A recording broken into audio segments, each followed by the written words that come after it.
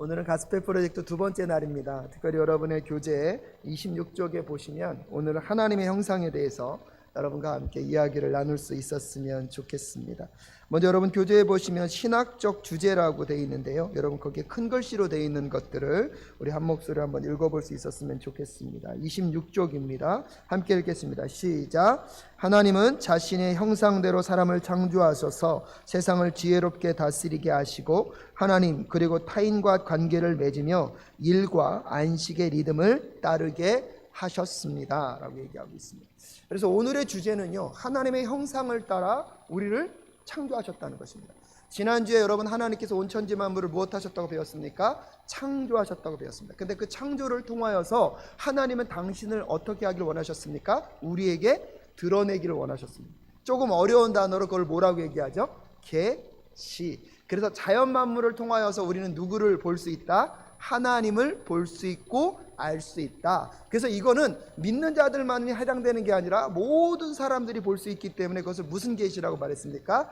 일반 계시라고 말했습니다. 또한 하나님의 창조는 어떠한 창조였습니까? 선하고 아름다운 창조였습니다. 그러니까 죄가 이 땅 가운데 들어오지 않을 때는 선하고 아름다운 창조였기 때문에 이번 주일에 여러분에게 말씀드렸던 그런 질병과 아픔과 고통이 있었을까요? 없었을까요? 네, 어떻게 하셨습니까? 맞습니다. 없었습니다.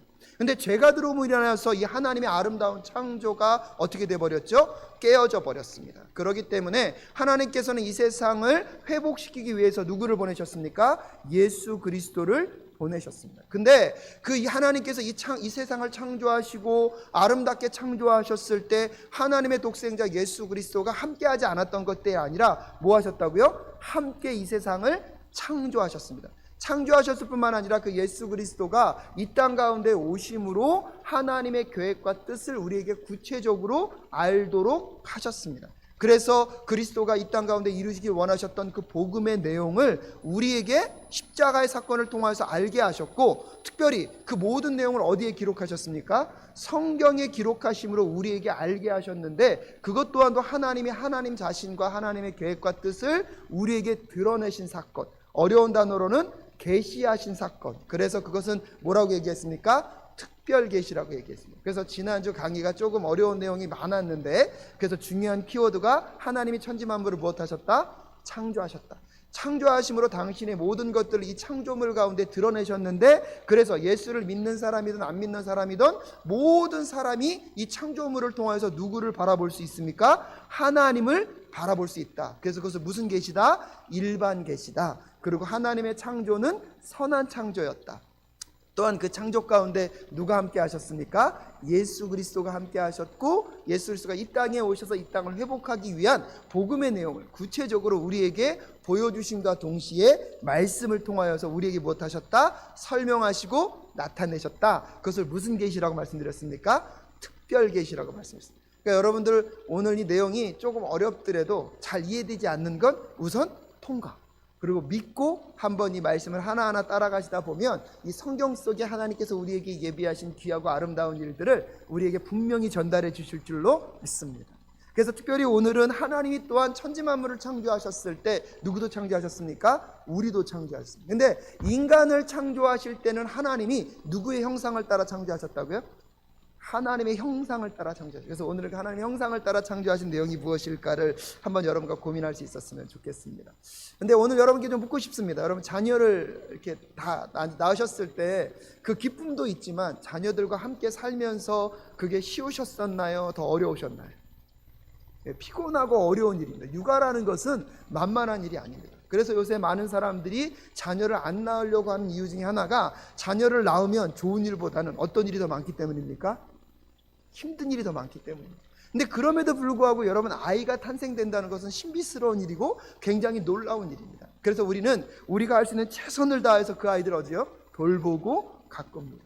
가끔씩 왜 우리가 그럴 수밖에 없는가를 가만히 보면, 여러분 아이들은요 우리의 무엇을 갖고 태어납니까? 우리의 DNA.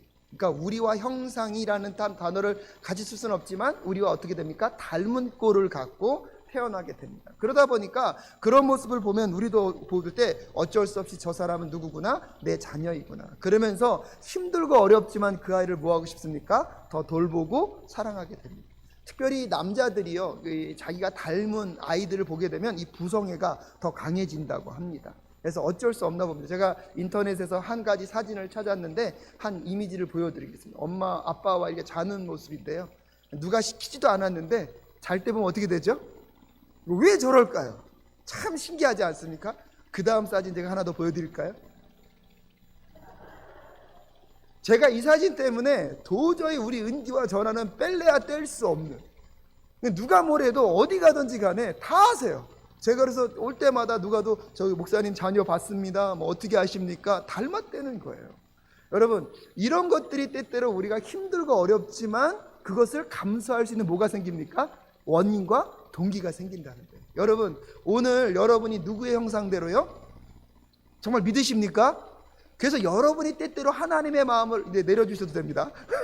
하나님의 마음을 아프게 하고 하나님의 마음을 좀 등지고 살아가더라도 여러분 안에 이미 누구의 형상이 심어져 있기 때문에, 하나님의 형상이 심어져 있기 때문에 하나님은 여러분을 향하여서 무엇 하실 수밖에 없어요? 헌신할 수 있어요. 그게요, 하나님이 여러분을 사랑하실 수 있는 근거를요, 우리 안에 이미 무엇 해놓으신 것입니까? 심어 놓으신 것입니다. 아멘이십니까?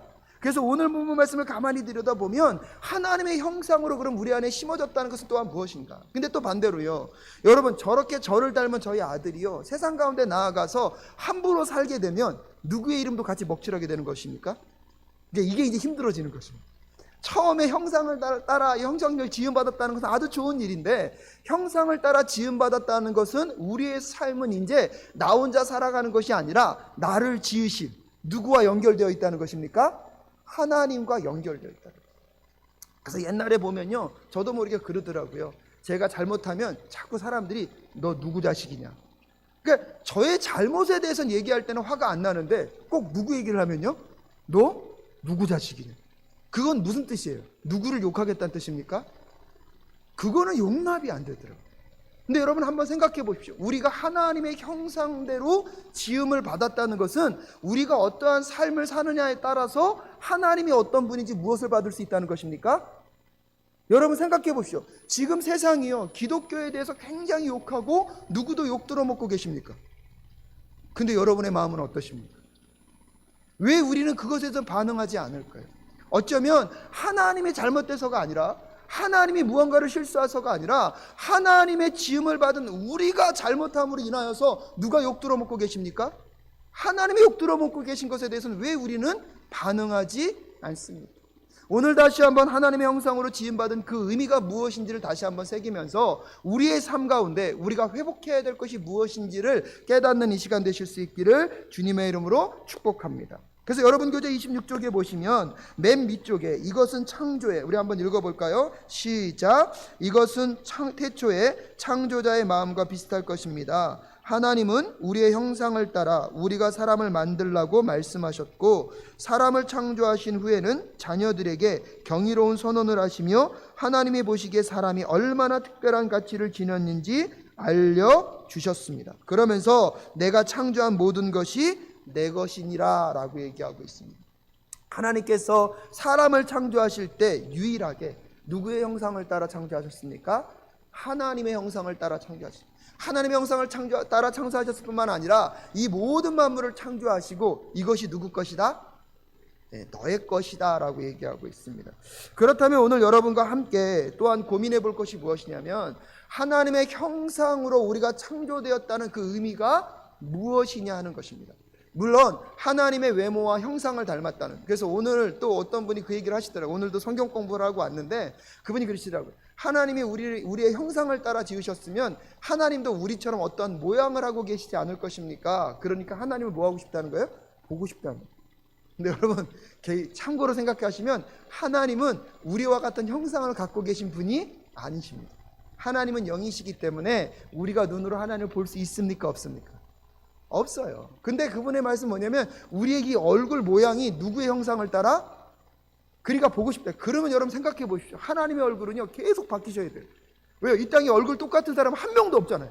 그 우리가 하나님 얼굴 볼 때 그 얼굴 확인할 수 없어요. 계속 바뀌어야 되니까.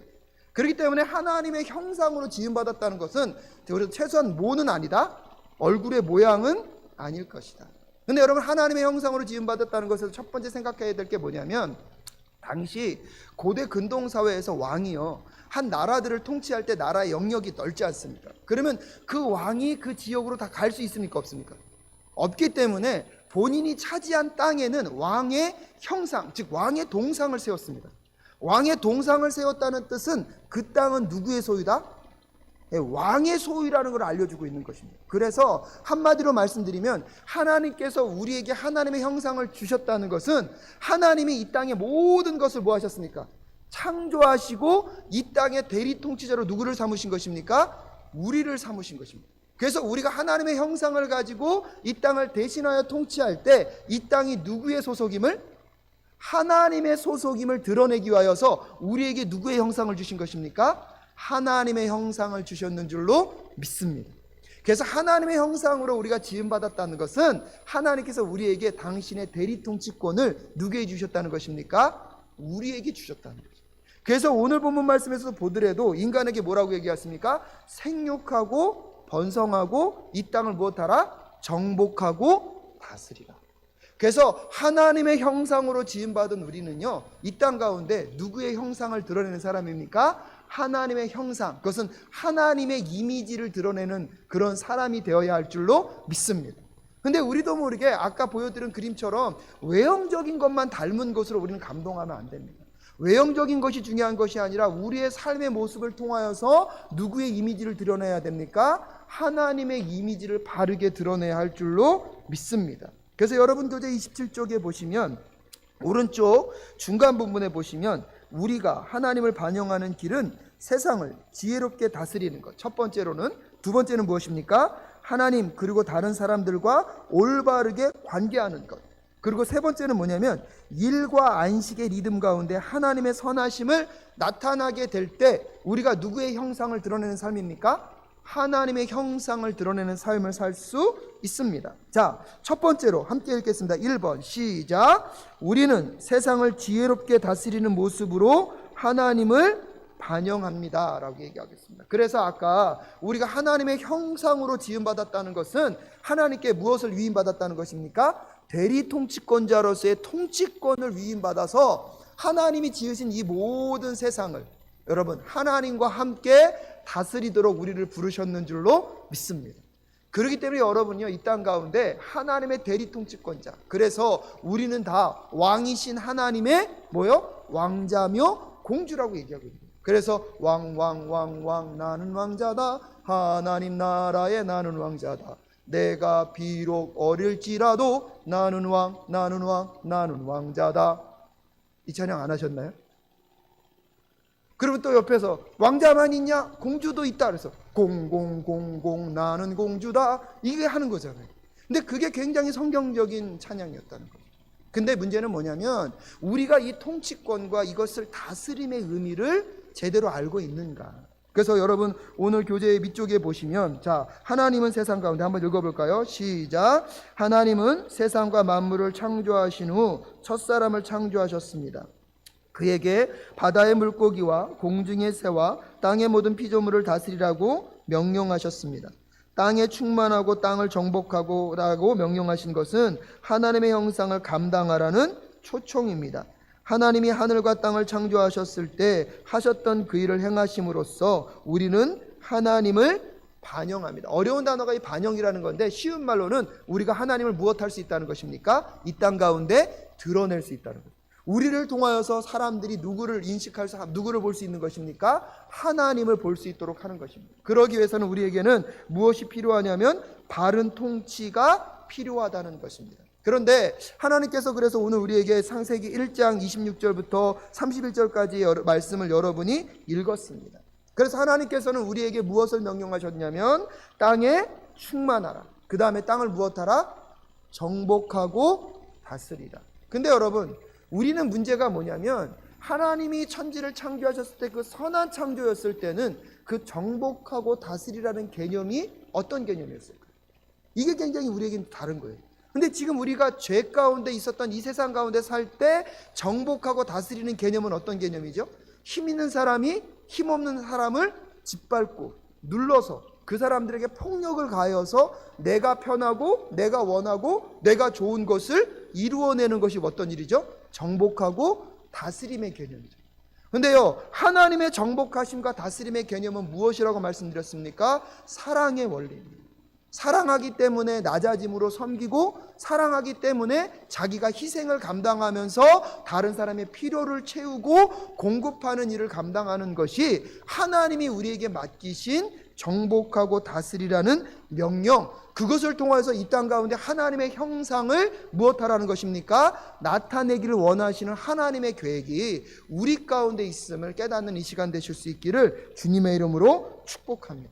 근데 우리도 모르게 이것을 자꾸 잃어버리다 보니까 우리에겐 정복과 다스림의 개념이 다른 사람의 머리 위에 올라가서 그를 힘으로 눌리는 것에 머물러 있었다는 것입니다. 그런 점에서 보면 오늘날 우리 교회 안에서도요, 이 선한 다스림이 회복되어야 할 줄로 믿습니다. 그래서 교회에서 리더십으로 내 위치가 올라가면 올라갈수록 다른 사람들 위에서 하는 것이 아니라 어디로 내려가야 합니까? 밑으로 내려가서 섬김으로 다스리고 사랑으로 그를 통치할 수 있는 저와 여러분 되실 수 있기를 주님의 이름으로 축복합니다. 그런 점에서 보면 여러분의 가정 안에서도 이런 다스림이 회복되고 있는지를 한번 돌아보셔야 합니다. 정말로 이런 다스림이 있다면 여러분 그것을 통치를 받고 싶으십니까? 안 받고 싶으십니까? 근데 문제는 뭐냐면 이런 다스림과 통치를 경험해 본 적이 없는 거예요. 그러다 보니까 세상 가운데서도 하나님의 질서를 드러내기보다는 죄된 인간의 잘못된 질서만이 반복되고 있습니다. 그런 점에서 보면 오늘 다시 한번 우리가 다스리고 회복해야 할 우리의 다스림의 권위가 무엇인지를 다시 한번 깨닫는 이 시간 되실 수 있기를 주님의 이름으로 축복합니다. 근데요, 우리의 다스림의 영역이 어디까지 가고 있습니까? 여러분 가만히 말씀을 들여다보니까요, 바다의 물고기와 공중의 새와 심지어 벌레까지도 하나님께서 우리에게 무엇하라고 말씀하고 계십니까? 돌보라고 말씀하고 계십니다.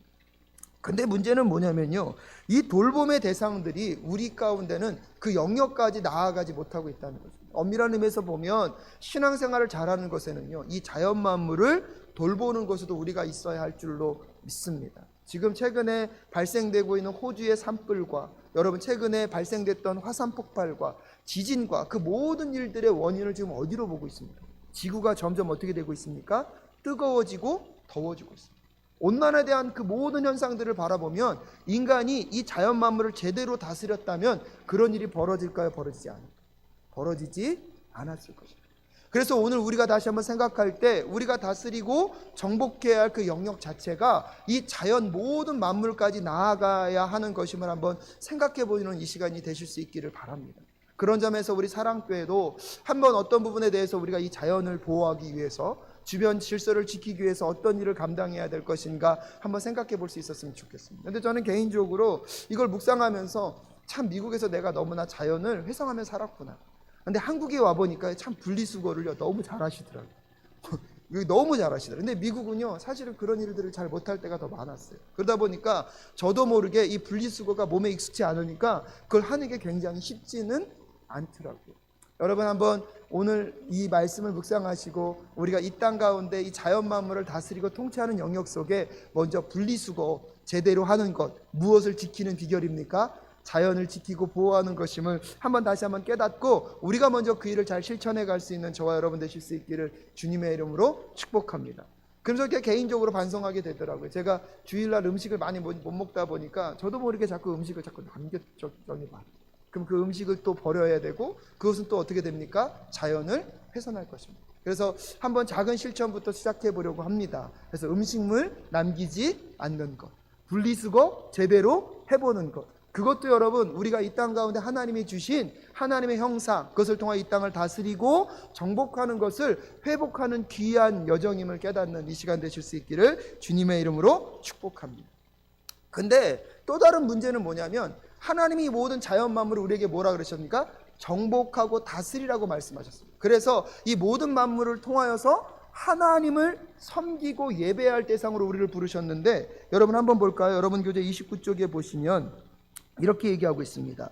그런데 안타깝게도 인간은 죄성으로 인해 창조물을 숭배하거나 남용하는 성향을 가지고 있습니다. 그래서 이 창조물을 우리가 잘 돌보고 가꾸어서 하나님을 예배하고 하나님을 섬기는 도구로 사용해야 되는데 문제는 첫 번째로 이 자연 만물을 어떻게 했다는 것입니까? 남용하고 함부로 사용했다는 거죠. 더 나아가서 그것은 우리가 우상을 섬길 대상이 아닌데 우리가 그것을 무엇하고 있습니까? 숭배하고 섬김으로 인하여서 우리의 통치권과 다스림을 잃어버렸다는 것입니다. 그래서 그 다음 부분 한번 읽어볼까요? 우리가 받은 권위의 영역들에서도 마찬가지입니다. 권위를 남용하거나 방치하는 것은 하나님께 불순종하는 것입니다. 사랑스럽고 지혜로운 방식으로 주어진 권위를 행사할 때 우리 안에 있는 하나님의 형상이 가장 분명하게 드러납니다. 그래서 우리가 회복해야 할 그 다스림의 아름다운 원리가 다시 한번 회복되어지는 오늘 이 시간 되실 수 있기를 주님의 이름으로 축복합니다.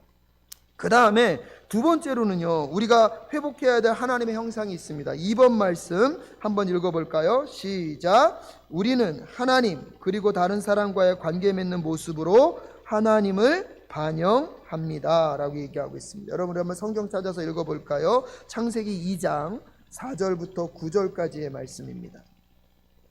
창세기 2장 4절부터 9절까지의 말씀 함께 읽겠습니다. 시작. 여호와 하나님이 천지를 창조하신 때에 천지에 창조된 대략이 이러하니라.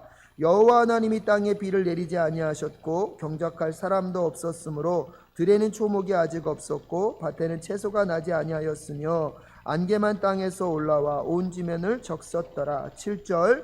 여호와 하나님이 흙으로 사람을 지으시고 생기를 그 코에 불어넣으시니 사람이 생명이 된지라. 여호와 하나님이 동방의 에덴에 동산을 창설하시고 그 지으신 사람을 거기 두시고 여호와 하나님이 그 땅에 보시기에 아름답고 먹기에 좋은 나무가 나게 하시니 동산 가운데 생명나무와 선악을 알게 하는 나무도 있더라 라고 얘기하고 있습니다. 하나님께서 모든 창조 만물을 창조하실 때는 그냥 있으라 말씀만으로 창조하셨습니다. 근데 신기한 건 뭐냐면 사람을 창조하실 때는 하나님이 직접 무엇을 했습니까? 손으로 흙으로 빚으셨습니다. 그리고 그 코에 무엇을 불어넣으셨습니까? 생기를 불어넣으셨습니다. 여러분 이것이 갖고 있는 의미가 무엇인지 아십니까? 하나님이 다른 것들은요 그냥 비인격적으로 창조하셨다는 것입니다. 그냥 말씀으로, 그냥 그랬더니 그 말씀으로 창조된 것들이 존재하게 됐습니다. 그런데 인간만은 하나님이 그렇게 창조하지 않으셨습니다. 직접 하나님이 손으로 빚으시고 만드신 다음에 그 코에 무엇을 불어넣으셨습니까? 생기를 불어넣으심으로 하나님과 인간은 관계성이 있는 관계로 만드셨다는 게 되게 중요합니다. 그렇기 때문에 하나님이 우리를 창조하셨을 때 하나님이 우리 안에 형상을 집어넣으시면서 인간은요 관계적인 사람으로 만드셨다는 것입니다. 그래서 하나님과 우리는요 끊임없이 무엇하는 관계로 만드셨습니까? 하나님과 관계하고 대화하는 관계로 만드셨다는 게 굉장히 중요합니다. 그래서 하나님의 형상을 회복하기 위해서는 우리는 누구와 대화해야 합니까? 하나님과 대화해야 합니다. 그리고 하나님과 끊임없이 관계성을 유지하게 될 때 우리 안에 무엇이 회복되는 것입니까? 하나님이 우리 안에 심어놓은 형상이 회복되는 것입니다.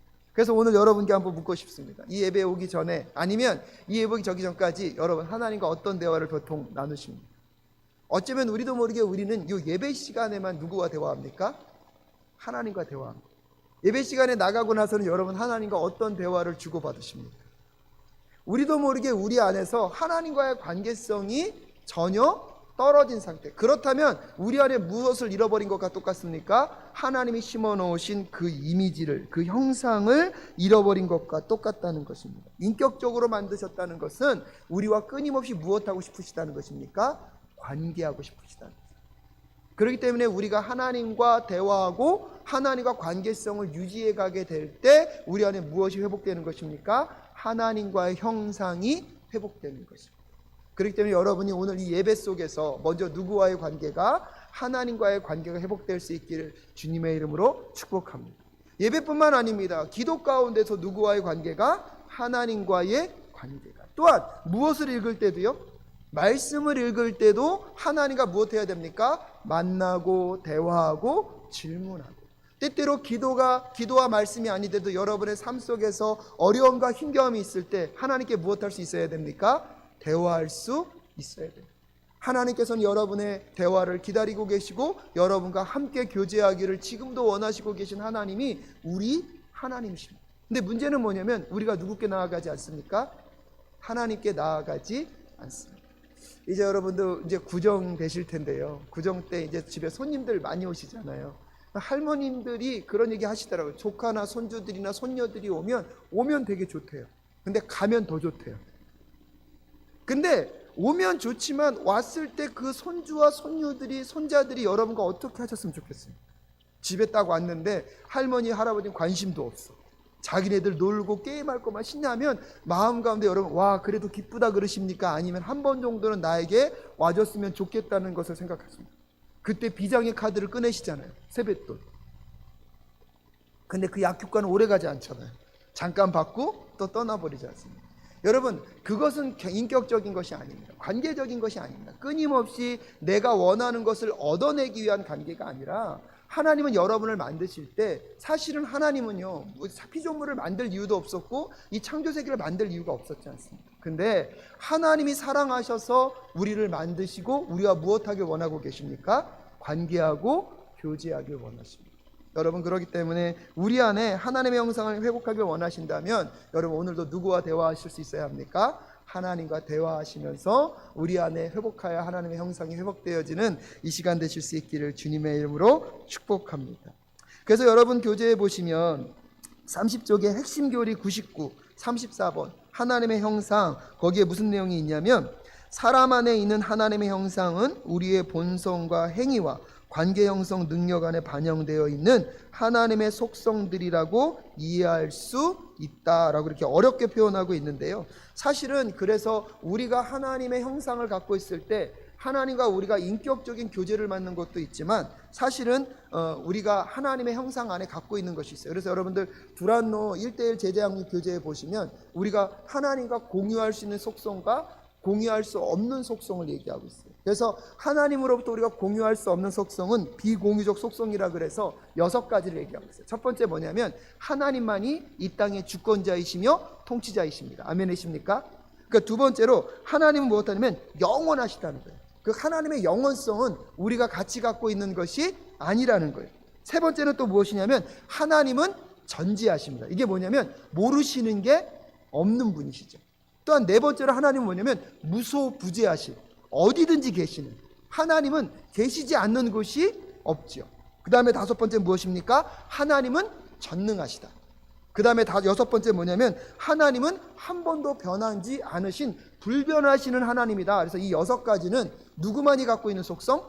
하나님만이 갖고 있는 속성. 근데 우리가 하나님의 형상과 이미지, 하나님이 우리에게 인격적으로 우리를 만드시면서 우리 안에 우리가 공유할 수 있도록 하신 속성이 있는데 그것이 또 무엇이 있냐면 인자, 즉 우리가 하나님이 사랑이시기 때문에 우리도 누군가를 무엇할 수 있는 사랑하고 다른 사람들을 불쌍히 여길 수 있는 마음을 우리 안에 무엇이었다는 것입니까? 심어주셨다는 거예요. 또 두 번째는 뭐냐면 성실. 하나님 자체가 어떤 분이십니까? 성실하신 분이기 때문에 우리에게도 어떤 것을요? 성실하신, 꾸준하게 무언가를 할 수 있는 그 성실하심을 우리에게 심어두셨고요. 세 번째는 뭐냐면요, 의로움을 우리에게 심어주셨어요. 그래서 실질적으로 우리도 의로운 삶을 살 수 있는 그 방향성을 우리에게 허락해 주셨고요. 네 번째는 뭐냐면 공의. 그래서 하나님은 옳고 그름을 판단하시지 우리도 뭘 할 수 있는 사람으로 만드셨어요? 옳고 그름을 알 수 있는 존재로 만드셨다는 거죠. 그래서 우리 안에 또 하나님의 형상을 우리가 어떻게 갖고 있는가 가만히 들여다보면 우리 하나님과 공유하지 못하는 형상도 있지만 하나님과 공유할 수 있는 속성이 우리 안에 이미 있다는 것입니다. 또한 한편으로 보면 그래서 인간은 무슨 존재입니까? 생각하는 존재죠. 또한 인간은 뭘 갖고 있습니까? 도덕적인 성품을 갖고 있습니다. 그래서 무엇이 옳고 그린지를 판단할 수 있습니다. 또 놀라운 건 뭐냐면 여러분, 우리가 하나님의 형상으로 지음받았기 때문에 우리 안에는요 창조적으로 볼 수 있는 능력을 허락해 주셨어요.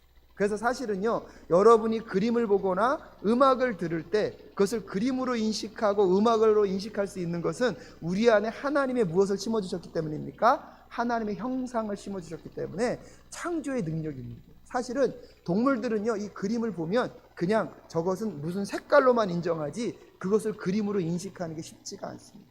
오늘 여러분과 함께 제가 예배하기 전에 뭐 했어요? 찬양했죠. 찬양하면 거기에 뭐가 있습니까? 도, 레, 미, 파, 솔, 음이 있잖아요. 근데 여러분은 그 음을 들으면서 그걸 뭐로 인식하십니까?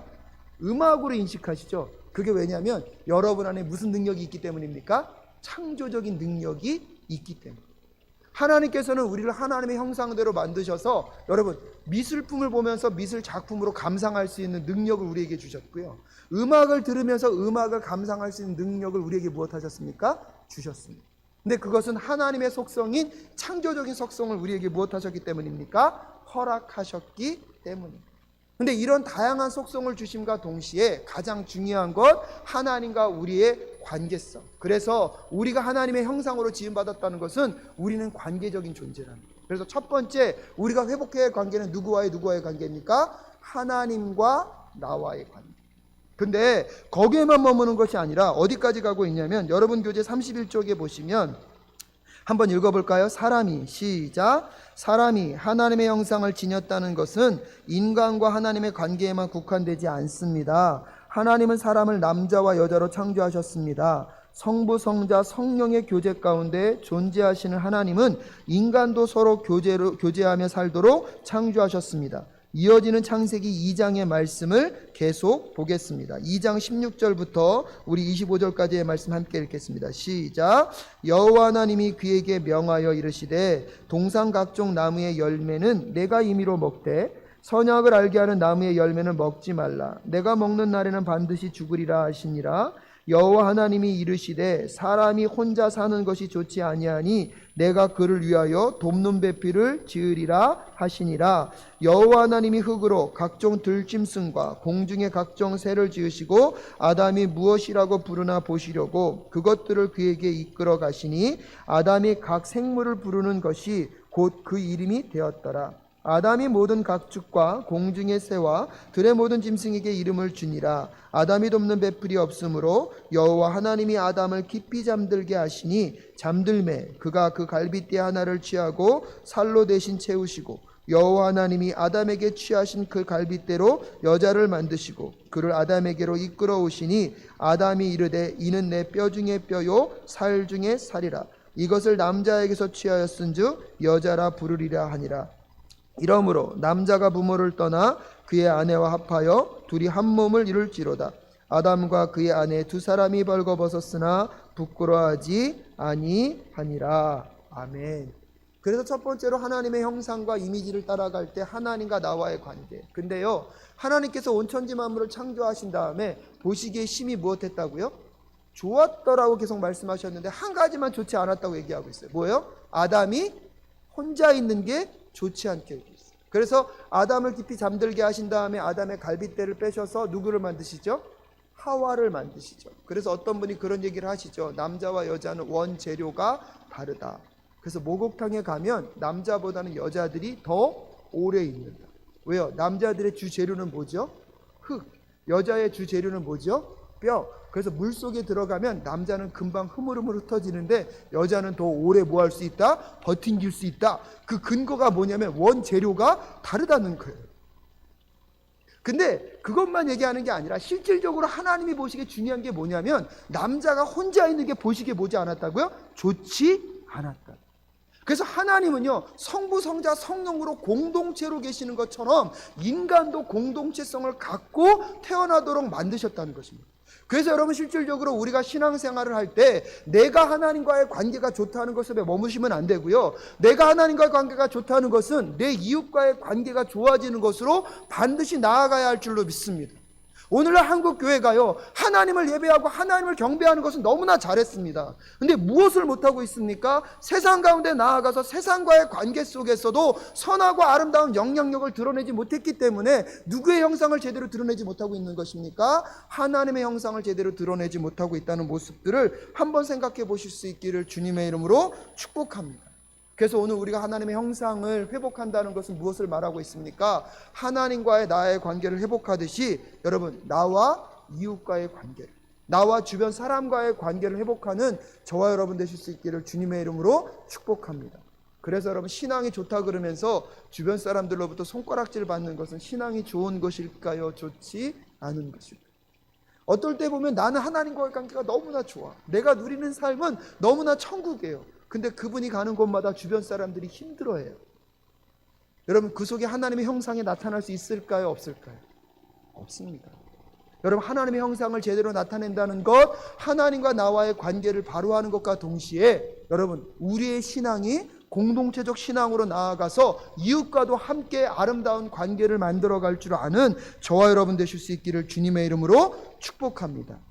그래서 여러분 교재 32쪽에 보시면 맨 밑쪽에 이런 말씀이 있습니다. 중간 부분인데요.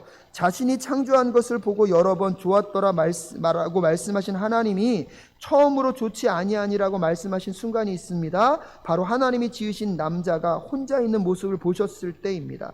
홀로 동떨어져서 하나님과만 관계하는 것은 하나님의 창조 목적, 즉 우리를 하나님의 형상으로 창조하신 목적에 어긋납니다.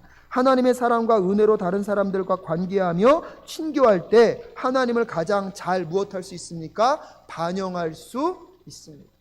그러면서 마지막 세 번째로요, 하나님의 형상을 반영하는 방법이 무엇이냐면, 자, 3번 말씀 읽겠습니다. 시작. 우리는 일하고 안식하는 리듬으로 하나님을 반영합니다. 그래서 우리가 일을 하는 것과 무엇하는 거요?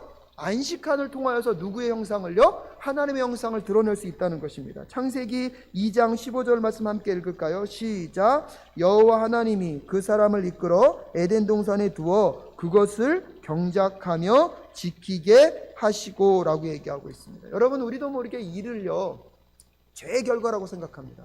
근데 인간이 범죄하기 전에 하나님이 인간에게 주신 두 가지가 있는데, 그 첫 번째가 뭐냐면 일을 하도록 하셨답니다. 그래서 아담에게는 이름을 짓게 하실 뿐만 아니라 아담의 에덴 동산을 만드시고 거기를 무엇하게 하셨습니까? 경작하게 하셨습니다. 일을 하게 하셨습니다. 그래서 일은요, 죄의 결과가 아닙니다. 죄를 짓기 전에 하나님은 사람에게 무엇을 주셨습니까? 일을 주셨고요. 그 다음에 두 번째로 주신 게 뭐냐면 결혼의 제도를 주셨다는 사실. 그것은 범죄하기 전에 이미 사람에게 주셨던 것입니다. 근데 문제는 뭐냐면 죄로 인하여서 일에 대한 가치가 무너져 버렸고, 일을 통하여서 우리가 누릴 수 있는 기쁨을 빼앗아 가 버렸습니다. 그래서 오늘날 우리에게 있어서는 일은 어떤 무엇입니까? 내가 삶을 살아갈 수 있는 생존의 수단이 되어 버렸고요. 일을 통하여서 우리도 모르게 나를 살아가고 있는 생존, 즉 내가 먹고 살기 위해 무엇하는 존재가 되어 버렸습니까? 일을 하는 존재가 되어 버렸습니다. 아니요, 여러분, 먹고 사는 것은 하나님이 우리에게 허락하실 줄로 믿습니다. 하나님이 여러분의 삶을 책임지실 줄로 믿습니다.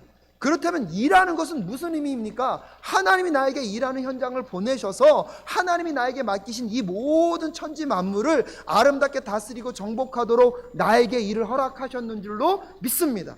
그래서 일하는 현장은요, 내가 먹고 사는 현장이 아니라 하나님의 통치권을 드러내는 현장이고, 하나님이 나에게 부여하신 그 통치권과 다스림을 통하여서 이 세상 가운데 하나님의 질서를 다시 아름답게 만들어가는 곳이 곧 일터의 현장임을 깨닫는 이 시간 되실 수 있기를 주님의 이름으로 축복합니다.